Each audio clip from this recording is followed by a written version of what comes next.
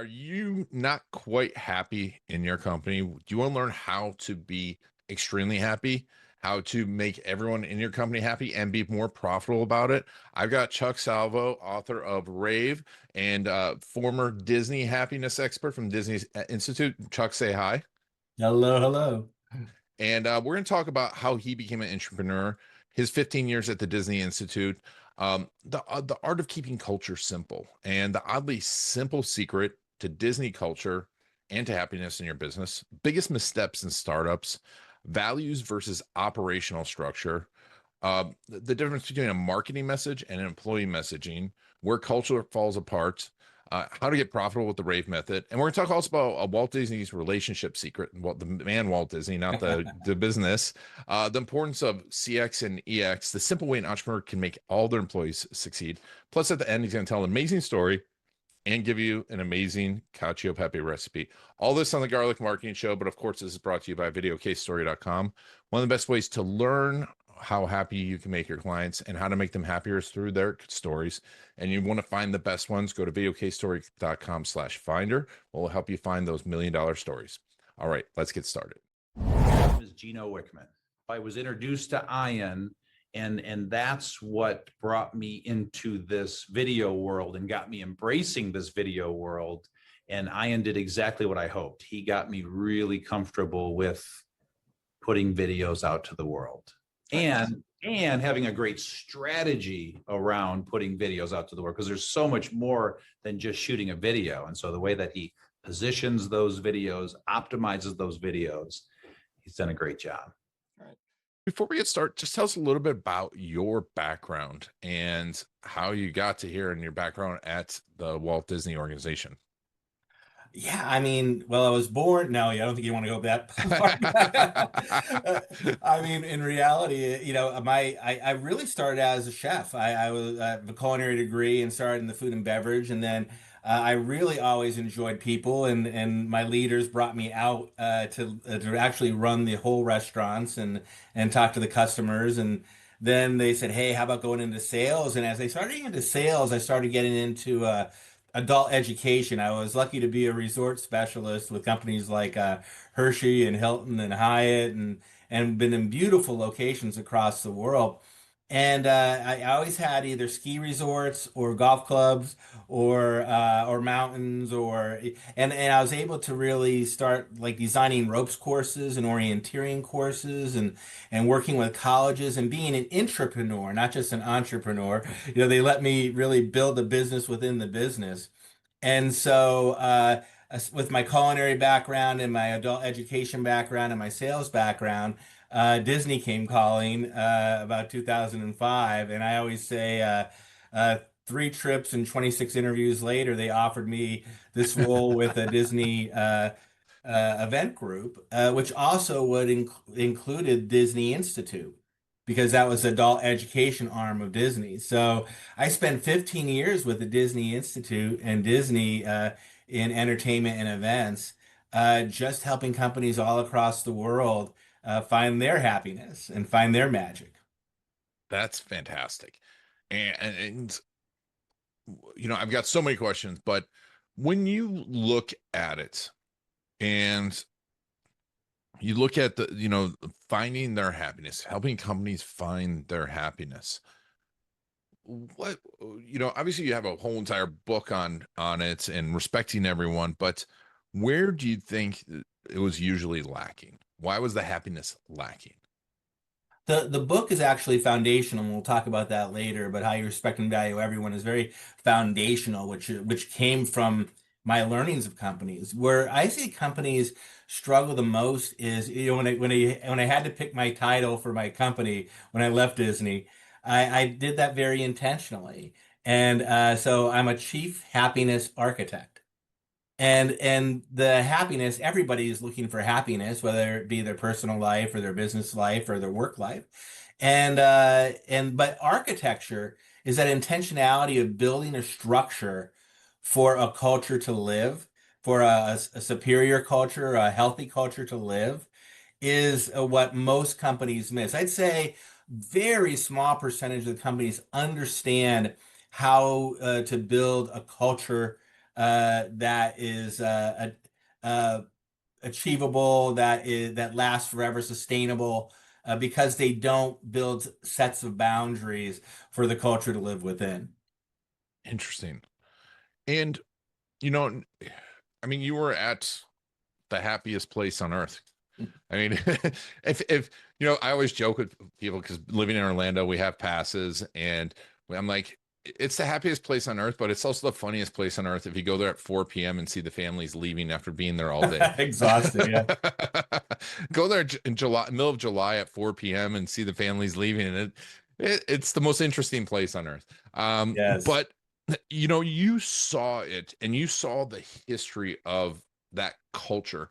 How what can companies learn from that culture uh to improve their happiness? And you know, and like the way Walt said it, and how Walt did things, and you know how it evolved, because it's a huge evolution. There's tons of books on it, and I'm just interested in your perspective on it.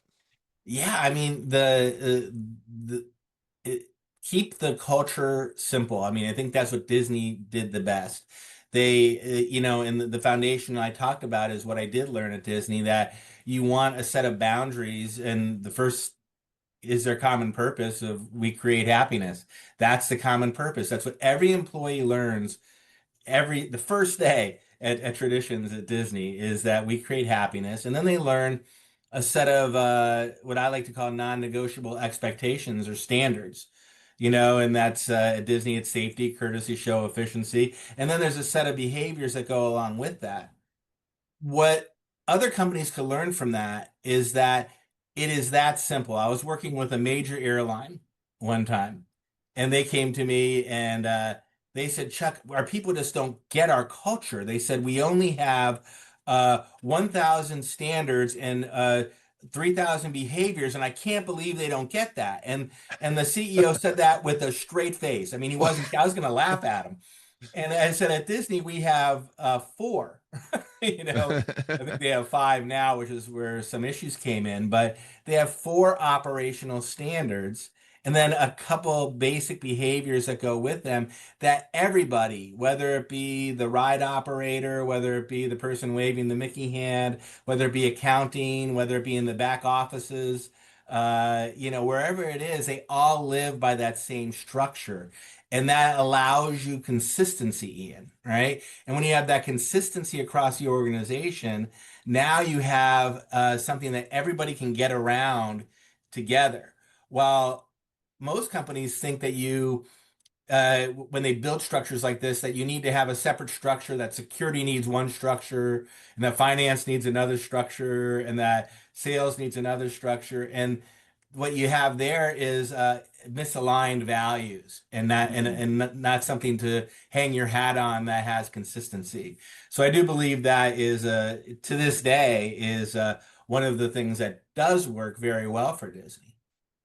And you know, when an entrepreneur and a company goes to set their culture and be intentional in it, you know, when should they start doing it? At what point in the business? And at what point, you know, what point is it, can they tell it's going wrong? You know, I chuckled on that one because it's probably one of the biggest missteps I think startup companies make, because they always think that soft skills, that service culture needs to be after the fact. And really, it should be done almost from the very beginning, because if you set your mission and your vision, and a lot of companies do that, they're very good at the business school teaching mission, vision, values. But values are aspirational. What they then miss is this operational structure, that consistency I was telling you about. And what that operational consistency allows for a company, if they do it right from the beginning, is really a scorecard on if we're doing things right. So if you think about it, going back to Disney's safety, courtesy, show, efficiency, that was the legacy version. There's a new version now. That it was very simple to put that into play for everything they did. So we're building a roller coaster. Is it safe? How do I make sure that the lines are your courtesy, and how's the show value of it, and is it efficient? Or a queue line, or how the people come into the park, or a food and beverage station. Is it safe? Can we provide good courtesy and show? And is it efficient?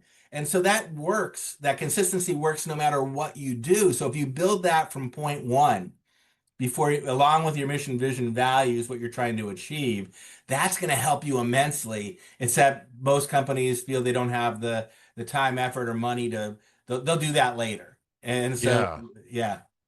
yeah. In if I'm, an entrepreneur, 3, 4, 5, 10 employees, it seems like I need to go sell, right? I need to go make sure I'm money. I got to do the thing. How can I prioritize this and know that I'm making some impact? Yeah, I mean, the priority allows you to say, okay, what story are you trying to tell? Going back to the happiness aspect of it, why do you come to work each day? What's the purpose? What's your overall purpose? Why do your employees come to work each day? And then also, what do you want your customers to know about you? Right? Mhm. So if you this sit there from that set of basics and make sure that you all are aligned and consistent in that messaging, so one of them would be a brand message, and you're a marketer, so you know the brand message. But what people always forget, and I get in arguments with marketing people all the time on this, is their brand message shouldn't also be their employee engagement message. It should be different. That should be a separate marketed message completely to the employee population. However, it needs to be aligned, right? So at Disney, it was we create entertainment with heart was their brand message, but their employee message is we create happiness. You see the difference? Yeah. You know, if you try to shove in we create entertainment with heart, and it's important for the employees to know that, great, but what does that mean to me? How does that relate to my everyday life? What do you want me to do? We want you to create happiness. Oh, okay. So, see, they didn't know how we didn't give the employee the how. We didn't give the cast member the how. And we struggle there because we tell them, hey, this is what we want the customer to do and be great to the customer, and the customer is wonderful. Is it okay? Well, but how do you want me to do that? And this is where this consistent structure I'm telling you is so valuable. So just taking that time to say, answer the why that Mhm. we're doing this, and the how, and then the so what is important to your employees. It, and this is the hard part because, right, it seems so simple, but it seems so simple, but obviously it's not. Where do you see people getting stuck? Where, I mean, let's step back, because you and I were talking about at the show, before the show, that even the biggest companies have problems with this. That's why you have a Oh, job. yeah. This is why people need to talk to you. And I mean, it's like any relationship, except you've got a relationship of 20, 30,000 people. Um, where where does this usually fall apart? And Leadership. It's really a commitment to, everybody considers these the soft skills and doesn't understand the business reason behind it. When in reality, everybody thinks Disney was all about pixie dust and Mickey Mouse and happiness. The only reason they do that is, I tell the executives all the time that Disney is out for world domination and extreme profit, right? yeah. And the reason they do the models that we've talked about a little bit today is because they are extraordinarily profitable. They make sense to the business. So where the mistake happens is leadership and business schools teach all the great stuff you need to do to build a business plan, but they put soft skills, they put the culture, the employee culture, to the side. And by the way, there's a lot of good speak about it now. You hear people saying we're great to our employees, best places to work, Glassdoor, you name it. But really, very few are doing it and taking it in the step. And I'm not talking about putting ping pong tables in the break room. I'm talking Yeah. about truly explaining to them the culture of why they come to work each day.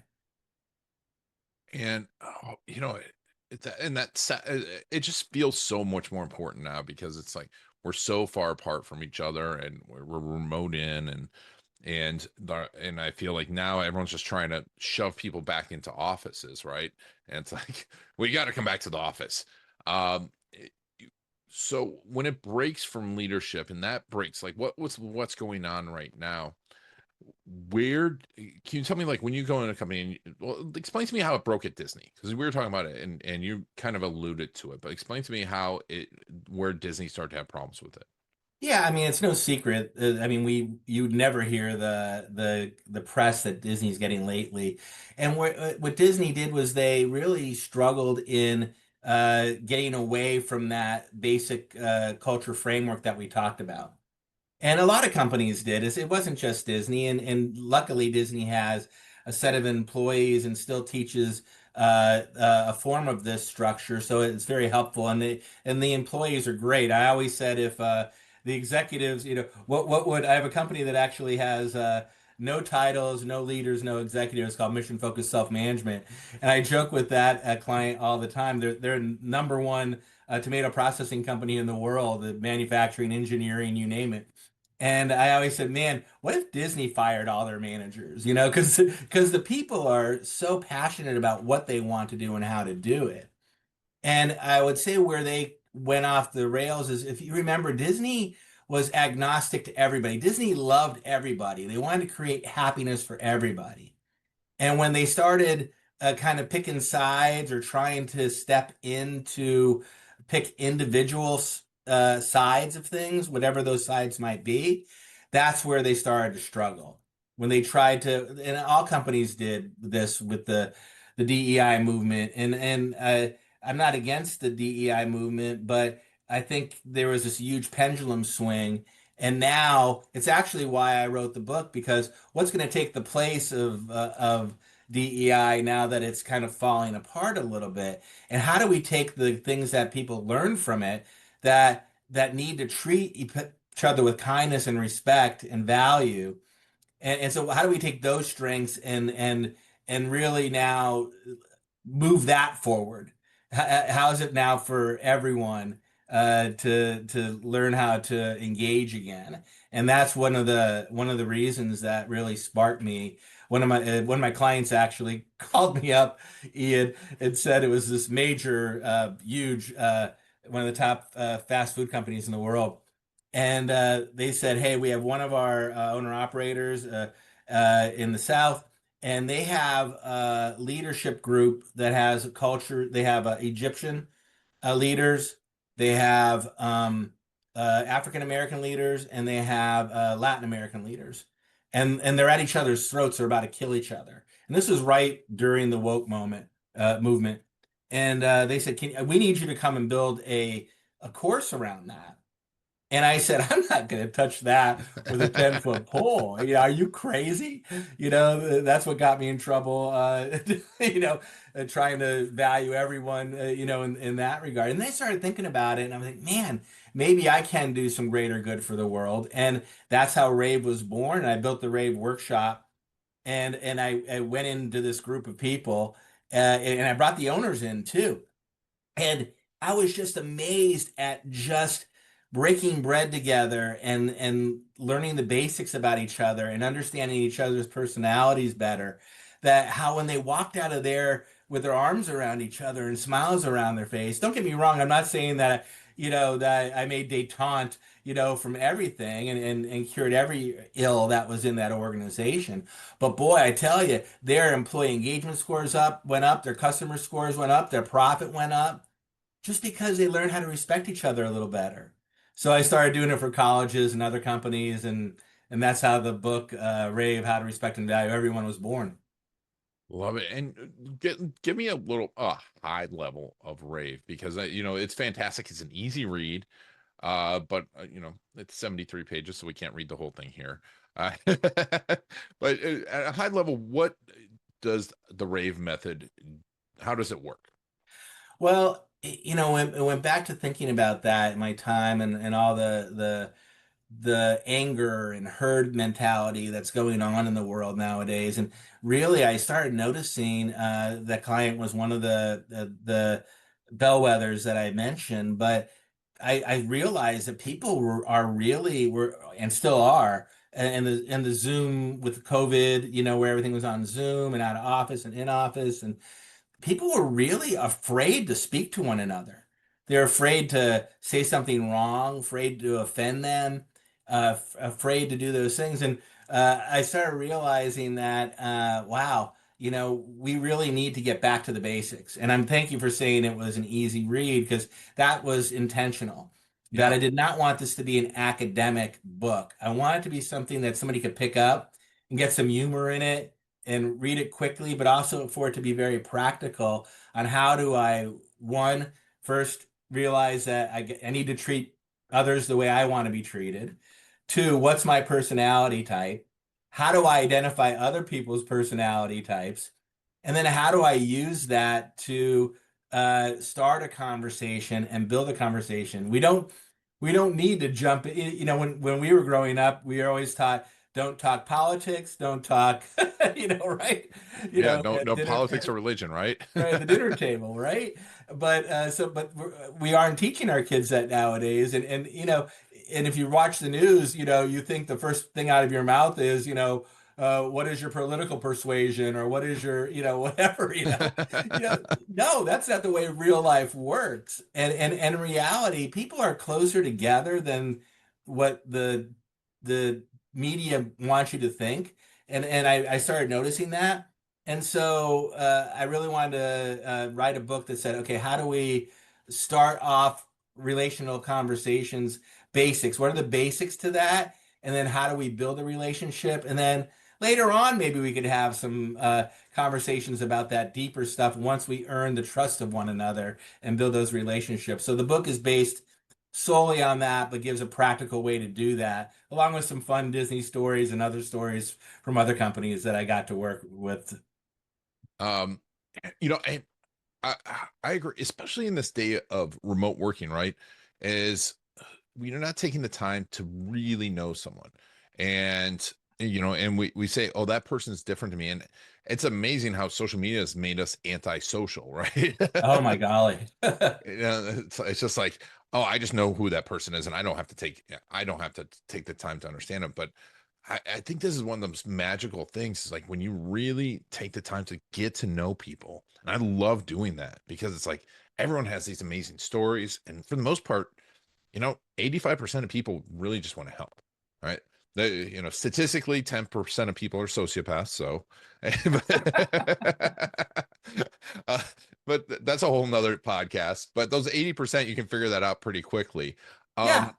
Can you give us one or two tips on, like, especially as an entrepreneur, to make sure how to make sure I'm with my team, making sure I get to know them not only initially but on a regular basis, and make sure I take the time to do that. Yeah, I call it like virtually breaking bread. If you think about, I always say to people, okay, if you're inviting them as a guest to your home, right? Mhm. What are you going to do? If they ring the doorbell, you're going to sit there and yell, "Hey, come on in!" No, you're going to get up. You're going to open the door. You're going to hug them or shake their hand and greet them to your home. You're going to offer them, a beverage. You're going to ask how they are. So just in that little scenario I gave you, think about that now, moving that to your typical business day. And we tend to forget that we should think about that like they're a guest to our home in every interaction. And how do I make sure that I'm first checking on them? And let's say it's a first time relationship. Where are you from? Disney had the name tags with the hometown, and that Yeah, was intentional, right? That was so, I love that. you could actually have a conversation. It's amazing how many conversations that they started. The pin trading was the same thing. It was built to have fun, but it was the main reason it was built was to cause interaction. They taught us at Disney to kneel down to to the children's Mm, level when we're talking. yep. So you take tips like that in relation, and then you virtually break bread. Like Ian, like tell me about your background as a child? Like, is there like, was your family, where's your family from, like originally, like your ancestral background? I'm from Milwaukee, but via Poland. Via Poland. So, was there any like Polish foods that that still came across in your family that you Oh yeah. remember at all? Oh yeah, we had so much Polish food, and we still do. Like what? Pierogies, Ah, yeah, alpaki, like the bread, you yeah. know, the stuffed cabbage, yeah, potato pancakes. I'm getting hungry now. This isn't No, cool. right? Yeah, and I mean, what great food that was, you know? I mean, I love pierogies, and I love the, you know, I like the potato cheese stuffed ones, you know. Oh We, you yeah. know, when I was growing up, we had the Mrs. Smiths, but it was it Mrs. Smiths or Mrs. Paul's, or what was that? Yeah, I But think yeah, Mrs. Smith. I yeah, don't one know. of those, right? But boy, then when you actually go to Little Poland or something like that in cities and get real ones, man, mind blowing, right? Yeah. Yeah, my But grandmother made them by hand. yeah, but look at the smile on your face right now. Yeah. And look at something I just learned about you. I learned about your background a little bit. I learned a little bit about your ancestry. You know, I seldom ask that question where I don't get a smile on people's face. So together we virtually broke bread, you know, and that virtual breaking of bread is a real tension reliever. And when then tension is relieved in relationships, now you could ask a little bit more. You have any hobbies? You know, what sports do you like? What thing? And once you get to know people like that, now you have a better opportunity to then move into the business tactic discussion, Hmm. right? Because of the hey, we need to make money, you know. Yep. So and then you should always finish with the human side too, you know, to finish that up. But if we could just remember that to start with a personal discussion and genuine care, then go to your business aspect, and then end in genuine care, you know, that's gonna that would change your environment just by that alone. Aside from all the physical structure things we could do to build the right sort of set of boundaries, but even that alone will help your culture. Yeah. No, it's and like you said, it seems like soft skills, but it not just transforms your bottom line, transforms your emotional bottom line too, because you just enjoy the people you're around, and you're going to be around them a lot. I think it's an important thing for entrepreneurs. And you know, it was interesting. You were telling me a story about Walt Disney, because obviously he had thousands of employees, right? And you know, and arguably at the point when Disneyland opened, he was one of the most famous people in the world. And how did he maintain those relationships? You know, Walt was famous for walking around the park, and he'd get to know, hey Ian, how are you? How's your family? How's your two kids? And the cast members would just be so amazed that he had that time for them, and he knew them, and he knew them, he knew their family, and he took the time to know their family. The dirty secret to that was is that Walt, you know, never knew them and didn't know their family. He had somebody that would follow him and give him that information before he would talk to them. So it was intentionally orchestrated. And that's nothing negative. That might come across as a negative story for Walt. No, it's not. Well, like you said, he had thousands upon thousands of employees. There's no way that he would be able to know that, but he knew that it was important for him to get to know something about them before he talked to them. Yeah. You know, so I thought that was a wonderful story about somebody who was so busy, you I know, mean, in the so world. busy. Well, So- think about you know, any of these executives that are out there. You know, I think one of the shows that was so great was what was that, the Undercover CEO yeah. years ago, and they would what would they always find out? That the leadership didn't care about them, that leadership didn't know about them, then leadership never came around and checked things out, you know, or shook hands. It's one of the, when I go in and build cultures, one of the, and I first I do a cultural assessment and listen to the leaders, but also listen to the line level employees, and then come back and see what's going, and let the owners and leaders know what's going on in the organization so we could build a structure based on them for them. You know, I don't want to come in and teach them what Disney does. That's useless, right? We have to build a program customized for them. Uh, However, what I find out more often than not is that communication is lacking from a leader to employee standpoint, and that when leaders come walking around, there's no time, even if they say hello, and that sometimes that doesn't even happen. There's no time to stop and say, "Hey, tell me a little bit about yourself. Where you're from." They don't hear the Pinocchio story, Ian. Yeah, no,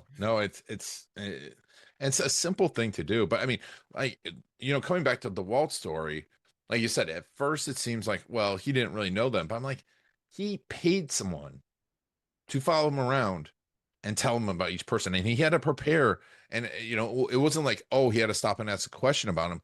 He knew them and had someone doing that, and like the monumental effort it was to like, and I just can't imagine like how busy he was too.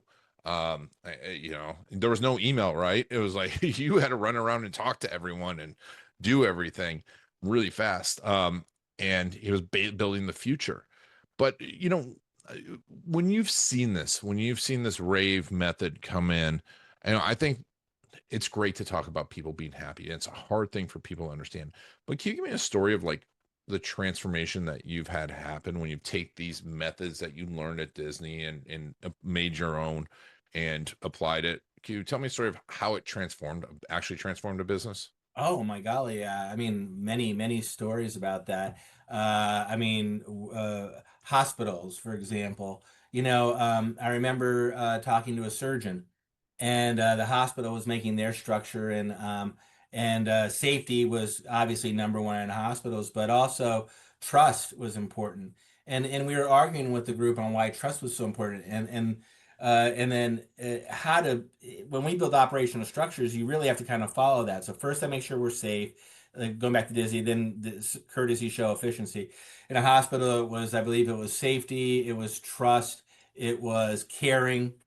It was then uh, I'm forgetting the rest of the steps that they came up with. So the surgeon says, I don't have time for that, and I don't have that type of personality. And I said to the surgeon, and this is where I think companies screw up too, because they think they need to then take these new processes, these new initiatives, if you will, and I call it initiative fatigue. Culture is not an initiative; it has to be inherent, right? You have to understand it from inside out. So a normal trainer would think that, yes, yes, you need to follow those steps exactly, Mr. Surgeon. And I said to the surgeon, no, you really don't. And I said, here's what we mean by it. So safety, trust, care, right? So yes, they probably did the research on you, so they probably have confidence in you because they chose you as their doctor. But can you, Mr. Surgeon, because I know you're busy, can you simply put your hand on that person's wrist and say, we're going to get through this together? You might not have the time and you need to go this other thing, but can you do that? And it was actually, you might see me choking up a little bit. It's that emotional connection that people are missing. And that Mm. surgeon went, yeah, I can do that. That's it. I said, yeah, that's it. Now they did the whole thing without thinking it, because everybody thinks of this as, oh my God, I can't do all these tasks. It's not. It's like a flash of an eye once you understand it and live it, and everybody gets behind it. But it comes so natural then once you do it, because again, for the organizations that I go, I don't teach them Disney style. I help build their own, and Mhm. so they've helped build it. And that would be the other tip, the other hack I would give Ian is that, I use a cross-functional approach where when I go in, I do the cultural assessment and listen to the voices of the people. Then we'll go in and we'll actually have groups of cross-functional teams. And I make sure that there's everybody from the janitorial team to the administrative team to mid-management to upper management in the room helping build this.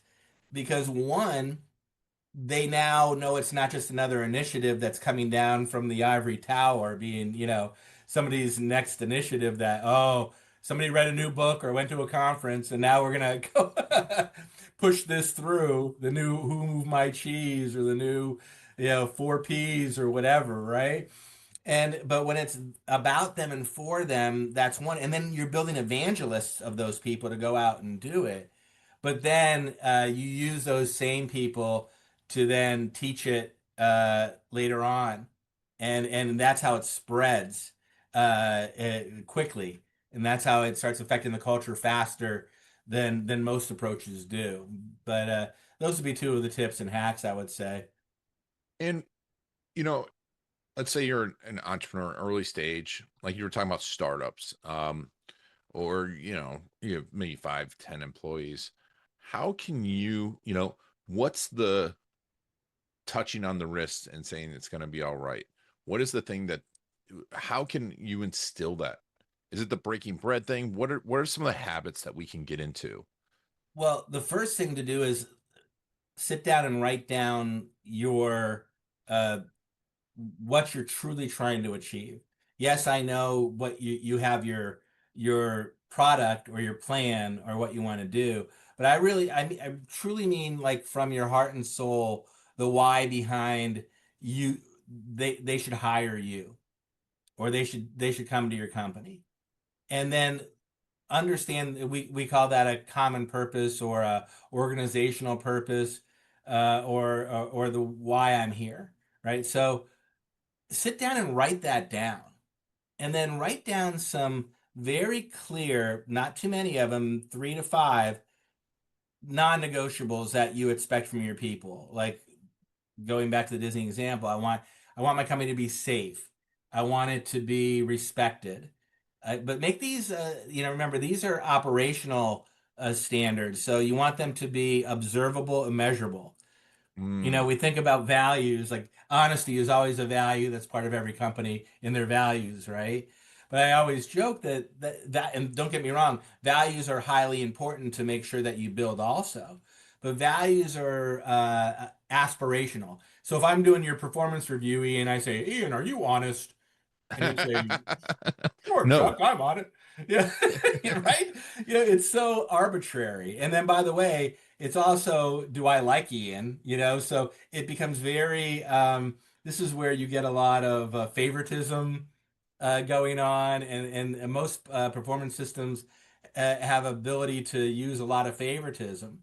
And if you have a very clear set of standards and behaviors that are true for everyone, it guards against that. It doesn't solve it completely. You're always going to have personalities. But if you have a consistent set of standards and behaviors for everyone, so going back to your question, even for a small company, making sure you know those and making sure the people you hire know those. I have a friend who has a practice that they now come do house calls, healthcare company, and they're expanding, they were growing so quickly, and they were bringing somebody on, and I said, you really need to sit down and make sure you write that down and bring that out to that individual, make sure that individual is aligned with the values you have and the standards you have. And then a year down the line, I said, how'd it go? Because I knew something happened. And I should have listened to you. you know, it's because that person didn't. And that person ended up trying to steal her client base and steal her business model. And if you took the time to interview and to uh, once you have that set of standards, you could recruit to it, you could interview to it, you could train to it, you could performance score on it. Even as a small company, how are you going to measure that employee's success? And how does that employee know that they're successful? You want to give them something that lets them know right up front that, hey, you want to know how to be successful here? Here you go.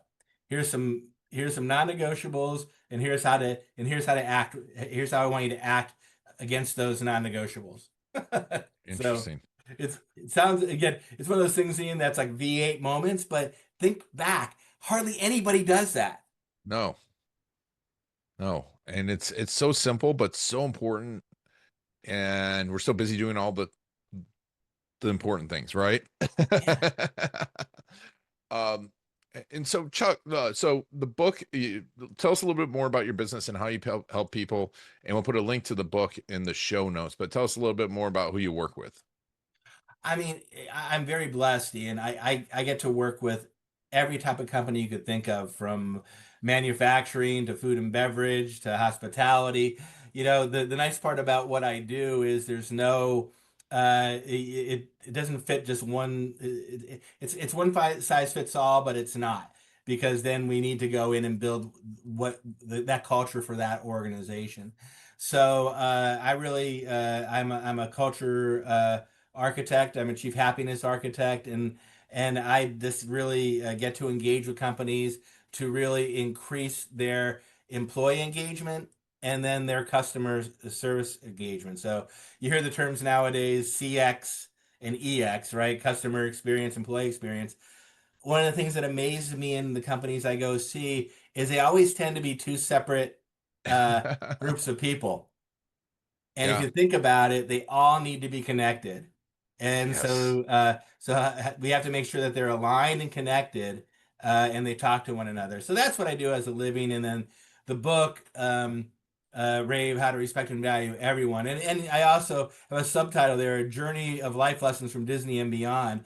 You know, storytelling is such an important thing. And I tell companies this all the time, that, you know, when you're doing the training, don't use these stock training things. Use your own stories, you know, because that's what's genuine, that's what's real. So I try to use actual stories throughout the book, to prove out or give examples of or give illustrations of, whether it be how to give emotional connection or empathy, or not getting into the herd thing, can be an individual in your own right, to how you grow as an individual.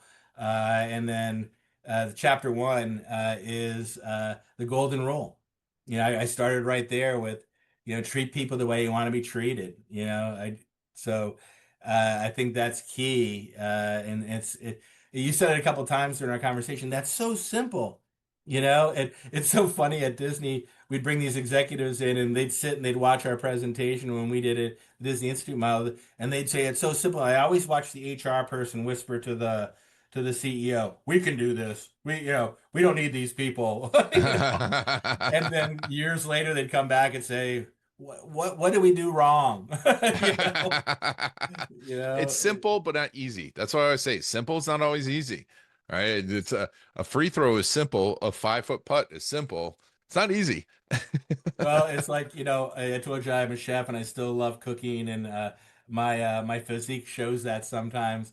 And but I always say about losing weight, right? Everybody knows how to lose weight. Less calories, more exercise. Simple, not easy. Not easy, right? Not easy. So I got two last questions for you. What's First of all, what's your favorite story from the book? Oh, that's a interesting one. I think my favorite story from the book was in emotional connection section. And I was at Disney. You get the perks. I'm a retiree, so I still have the perks of being able to take people in the park. And one thing you learn as a Disney cast member is when you're waiting to take somebody into the park, you're going to be waiting a long time. They never respect your time. So, and it's your family, you know. Yeah. And so I'm sitting on a bench waiting for my family to come and park and get there because they're late as usual. Oh. And I see a greeter, and I see this family in distress. I see this woman, mother, father, and an older child with intellectual uh, issues that they were having, and emotional issues. And the greeter was talking to them, and the person, the adult man, was so upset and so sad. And I was listening to them, and I heard them say, "Well, we had the magic bands, or I think they still do. I know they might be going away, I believe, but the magic bands are your ticket to get into the park." And the young man lost his pass, and I heard the greeter say, "No, you're going to have to go buy another one." Hmm. And I was like, "Okay." So now I'm in civilian clothes, and they start walking toward the ticket booth. And I go to the young man, and he was young, and so he probably just got trained. And I said hi, and I introduced myself, and I said, I wanted to let you know that you could resolve that right now. And he said, "What?" I said, "Yeah, you can go and you can tell that individual." I said, he has medical issues, and I said, "You can see how upset he is, and you can go tell that family right now that you will get him in for free, that you'll take him to the ticket booth and you'll get him a new ticket and it won't cost him anything. And you'll alleviate that." He goes, "I can do that?" I said, "Yeah, you can." Now, I didn't know who his leader was, and I'm hoping beyond hope, and I'm pretty darn sure that that leader not only would have applauded that they would have actually recognized that as giving proper magic to that customer. And I'll never forget this, but so I was sitting there and I watched a young man catch up to the people, and he stops and says, he said, I apologize. He said, I was mistaken. I'm going to get you a free pass, and I'm going to replace your magic band and get it free." And like in a spontaneous eruption, these three people envelop this guy and get him in this Oh, group hug, and they're jumping up and down that's amazing. with joy and happiness, That's amazing. and Yeah. it really just made me know that one, that this is the culture that we were there. Remember, that's our purpose. We create happiness. So he wasn't the guy wasn't trying to scam them. They knew he Yeah. had a pass, right? So Yeah. and think about the joy it gave to the cast member, Mm, right? And the story that cast member has to tell. And yeah. so that's what we mean by always thinking about the emotional connection and how you can affect other human beings and humankind. And so that was one of my favorite stories in the book. I love that. I love that. I mean, it's an amazing story. And once again, it's a simple thing, right? It's a simple thing, but it really transforms. I mean, that's a memory they all will have for the rest of their lives. And most of them, Ian, which is amazing. Leaders always are fearful of that, and the other companies I work with, because they think the employees are going to give the house away. In reality, it's it's harder to train the employee that it's okay to do that, because they are just inherently trained not to give away. It's just the nature of the business. So it's actually harder to get them to do that. But once you do that, more often than not, it's no cost, low cost. Like in that situation, Yeah. there was no cost to the company, zero. Yeah. Yeah. Right. Right. Yeah. Exactly. It's not. I mean, nothing because they're there, right? Right. And uh, and they clearly had this wasn't a scammer trying to talk him into a ticket, right? yeah. Which No. happens too. No. I'm sure. Yes. Yes. There Yeah. are the scammers, and we have that. So my final question: what's your favorite thing to cook? My favorite thing to cook? Yeah. Well, I, I have an Italian heritage. So my favorite thing to cook is cacio e pepe, but it's a Oh. little bit of a version of it. Now, if you think about it, it only has very real cacio e pepe has like five ingredients: the Mm-hmm. pasta, the salt, the pepper, and the cheese, and the butter. That's Yeah. it. I start with some pancetta, diced pancetta, Oh. and then I take the crispy pancetta out. And in that pancetta oil, I do some garlic and some crushed tomato, not too much. And then the secret, Ian, to any good pasta is that you cook the pasta in about half the water you think you should. And I cook it to al dente, and then I save the starch water. And then I put the pasta into that beautiful mixture of garlic and tomatoes and pancetta oil. And then I add a little bit of the left water, a little bit at a time, and stir it almost like you would do a risotto. And then keep adding the water until the pasta is to the right tenderness that you want. And then add in some more butter and cheese, and then add in the crispy pancetta. Ah, salt, pepper, a lot of pepper. There's a lot of Of course. pepper. Yeah. But you don't, for some reason in ketchup pepper, pepper isn't overwhelming. No. But it's my favorite because it's also a metaphor that to even the way I wrote the book. It's simple cooking that is the most wonderful cooking, right? But yeah, but the right ingredients. You let the right ingredients stand out.